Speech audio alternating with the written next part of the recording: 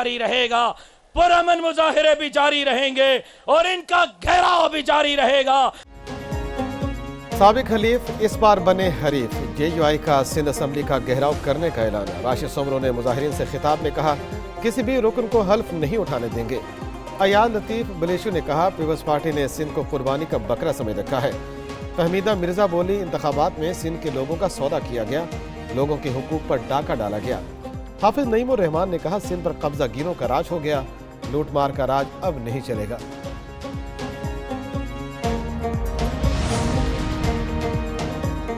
तहरीक अदम एतमाद purely Pakistan peoples party की move थी और बगैर किसी डिक्टेशन के थी। GDA हो या JUI, आवाम में नहीं इनकी पजीराई। रहनुमा पीपल्स पार्टी शर्जील मेमन का नाकाम उम्मीदवारों को दोबारा मुकाबले का चैलेंज, कहते हैं अपनी नशिस्त से इस्तीफा देता हूं, आओ दोबारा मुकाबला करते हैं।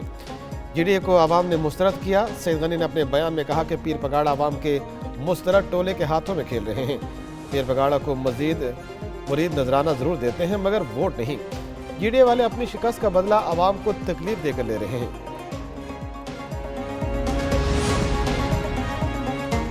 उनके बारे में जो मौलाना की राय थी, मौलाना का ख्याल था कि मुल्क की सियासत इन्होंने तबाह की, साजिश की इसके खिलाफ। PTI के खिलाफ अदम एतमाद पीछे कौन था? मौलाना के बयान के बाद नून लीग का जवाबी वार, दावों का सबूत लाने का चैलेंज दे दिया। मलिक अहमद खान कहते हैं साबित करें बाजवा और फैज ने अदम एतमाद का कहा था। वो मीटिंग किसके साथ हुई, किसको कहा गया? क्या ये मौलाना के साथ हुई थी? मौलाना तो अदम एतमाद में ताखीर पर नाराज थे। जनरल बाजवा ने तहरीक अदम एतमाद की मुखालफत की। मौलाना फजलुर रहमान ने तजवीज़ मुस्तरद कर दी। मौलाना कहते थे बानी PTI यहूदियों का एजेंट है।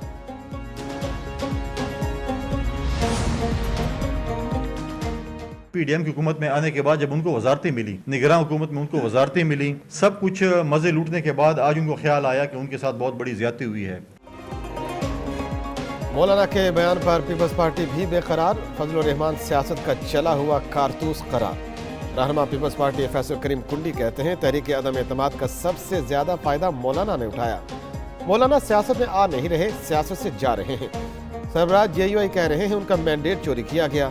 बताएं उनका मैंडेट चोरी करके किसको दिया गया?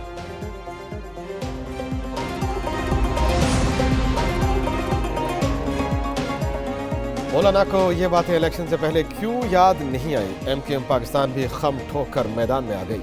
मुतहिदा कन्वीनर खालिद मकबूल सिद्दीकी कहते हैं बाजवा ने तहरीक अदम एतमाद वापस लेकर दरमियानी रास्ता निकालने को कहा था। जब यह मीटिंग हुई उस वक्त तक अदम एतमाद पेश हो चुकी थी।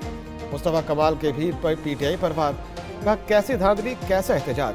PTI ने कराची में ऐसा कौन सा काम किया कि इन्हें वोट मिलते?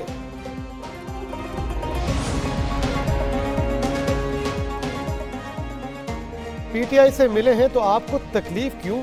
JUI साबिक खलीफों के सवालात पर तिरमिला उठी। JUI रहनुमा हाफिज अब्दुल्ला कहते हैं पीपल्स पार्टी रात की तारीकी में बानी PTI से जेल में मुलाकात के लिए मिन्नतें करती रही। कुछ लोगों ने सुबह का आगाज बिस्मिल्लाह के बजाय मौलाना फजलुर रहमान पर तनकीद से किया। अभी खेल शुरू ही नहीं हुआ, बॉलिंग पहले ही शुरू कर दी। मलिक अहमद खान को चैलेंज नहीं दे सकते, बड़े और छोटे मियाँ से कोई आगे बढ़े तो हिम्मत करे। हमारे हाथ पाँव बांध के हमें पोलिंग बूथ में भेजा गया। इसके बावजूद भी बड़ा धनाटेदार थप्पड़ इनको पड़ा है। तो लिहाजा ये शायद कबूतर उड़ाने ही आए थे। क्या मौलाना तहरीक इंसाफ के हो गए? एक होकर एहतजाज का ऐलान। शेर अफजल मरबत कहते हैं एक सियासी जमात के पास गए थे, वो कोई भारतीय नहीं। इंतखाबात से मुतल्लिक खदशात पर JUI फे ने हमारे मौक़िफ़ की तायद की। हमें हाथ पांव बांध कर पोलिंग स्टेशन भेजा गया। नवाज शरीफ सिर्फ कबूतर उड़ाने आए थे। उधर बाबर अवान ने बानी PTI को फौरी रिहा करने का मुतालबा कर दिया। कहते हैं हमारी एक एक करके सीटें चोरी की जा रही हैं।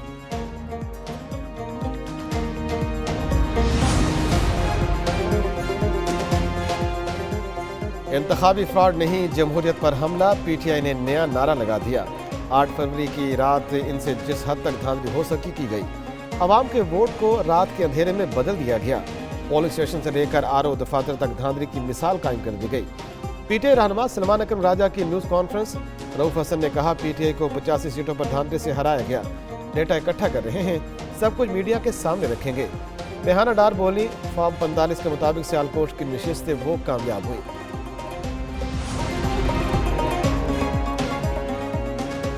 پی ٹی آئی کی نیوز کانفرنس میں شدید بدنظمی، اسٹیج سے بار بار خاموش رہنے کے اعلانات، کارکنوں کی دھکم پھیل۔ علیمہ خان اپنی نشست سے اٹھ گئیں، اسٹیج پر رؤف حسن اور شیر افضل مروت آمنے سامنے۔ شیر افضل مروت زبردستی اسٹیج پر چڑھ گئے، سمابیہ طاہر سے اسٹیج کی ذمہ داری بھی لے لی۔ خرم شیر زبان کے خطاب کے دوران پارٹی رہنما خوش گپیوں میں مصروف رہے۔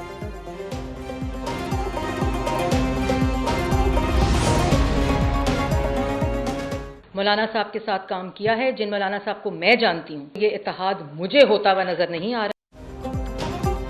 کس کے فارم 45 اصلی، کس کے نقلی، پی ٹی آئی کے الزامات پر نون لیگ کا وائٹ پیپر لانے کا اعلان۔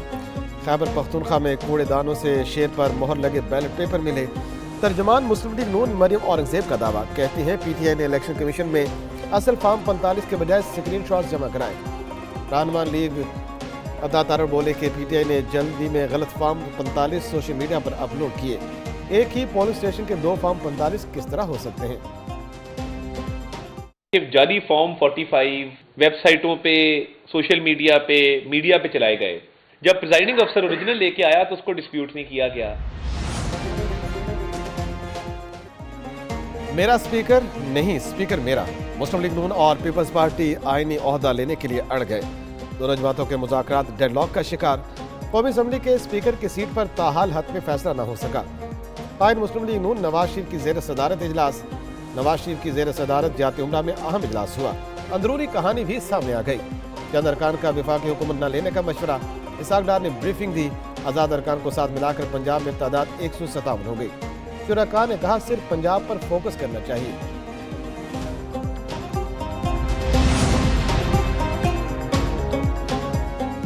عدم اعتماد کی تحریک کسی کے کہنے پر پیش نہیں ہوئی۔ مولانا ہو کر حقائق کے منافی باتیں کرنا بری بات ہے۔ ایک نیوز کے پروگرام ڈائریکٹ لائن وتھ جامی میں گفتگو کرتے ہوئے رانا ثناء اللہ نے کہا، آج بھی کہتے ہیں اگر وہ حکومت بنا سکتے ہیں تو بنا لیں، ہم اپوزیشن میں بیٹھ جائیں گے۔ اگر پی ٹی آئی کے ساتھ دھاندلی ہوئی ہے تو وہ الیکشن کمیشن میں جاتے۔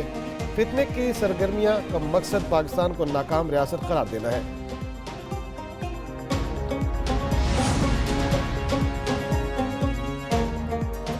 نون لیگ کی نامزد امیدوار وزیر اعلیٰ پنجاب مریم نواز کا الیکشن عہدہ سنبھالنے سے پہلے ہی انتظامی امور میں متحرک۔ چیف سیکرٹری پنجاب سمیت دیگر انتظامی عہدیداران سے ملاقاتیں۔ چیف آرگنائزر نون لیگ نے قومی خزانے پر بوجھ بننے والی منصوبوں کی رپورٹ طلب کر لی۔ چیف سیکرٹری کی پنجاب میں جاری منصوبوں اور انتظامی معاملات بارے بریفنگ۔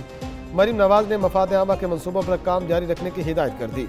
نائب صدر نون لیگ نے کام نہ کرنے والے بیوروکریٹس کی فہرست بھی مانگ لی۔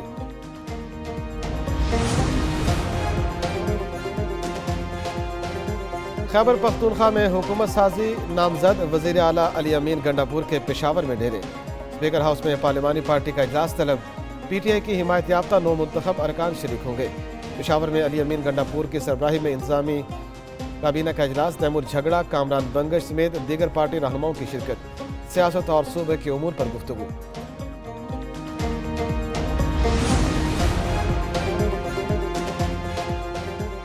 ماضی کے حریف کیا بنیں گے اس بار حلیف؟ لیاقت بلوچ سے پی ٹی آئی رہنماؤں کی ملاقات۔ کہا 8 فروری کے بعد پاکستان بھیانک صورتحال کا شکار ہو گیا۔ آئین کے تحفظ کے لیے سب کو ایک ہونے کی ضرورت ہے۔ لطیف کھوسہ کا نائب امیر جماعت اسلامی لیاقت بلوچ کو فون۔ عامر ڈوگر کا قیصر شریف سے رابطہ۔ ادھر اصر قیصر کی زیر سربراہی پی ٹی آئی وفد کی آفتاب شیر پاؤ سے ملاقات۔ مبینہ دھاندلی کے خلاف احتجاج میں ساتھ دینے کی اپیل۔